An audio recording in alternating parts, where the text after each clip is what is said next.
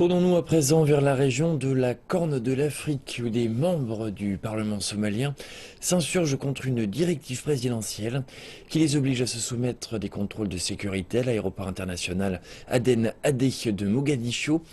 Cette annonce fait suite à une brèche de sécurité qui a causé l'explosion à bord du vol d'Alo il y a 3 semaines de cela.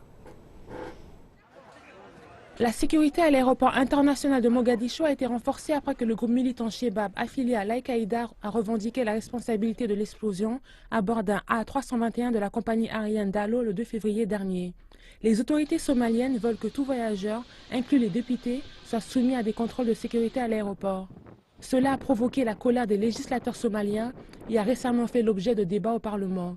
Les députés ont convoqué le ministre de la Sécurité nationale et exigé que leur immunité soit respectée.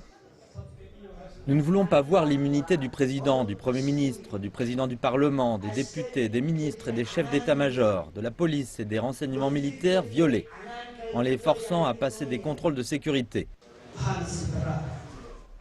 L'immunité des députés fait partie de la Constitution. Tout membre des forces de sécurité qui conteste ce fait doit être puni. Tout ministre du gouvernement responsable de la présente directive doit être questionné au Parlement. Plusieurs députés disent qu'ils ont dû se soumettre à des contrôles aléatoires de sécurité alors qu'ils avaient prouvé être membres du Parlement. Maintenant, plus de 50 législateurs ont présenté une motion contre le président de la République, l'accusant de contourner la Constitution. Toutefois, concernant ces allégations, le ministère de la Sécurité nationale a pris ses distances.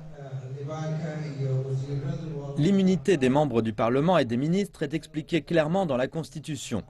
Nous mènerons une enquête sur la question.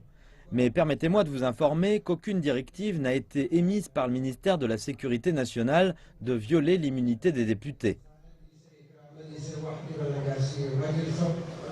Le resserrement des mesures de sécurité à l'aéroport inclut plus de troupes stationnées à l'aéroport, des chiens policiers qui vérifient les cargos et des machines à rayon X dernière génération.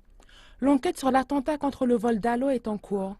Les personnes faisant l'objet de l'enquête sont les responsables de l'aéroport et de la sécurité, ainsi que la police, dans le but de déterminer comment une bombe a pu être introduite dans un vol commercial à Mogadiscio.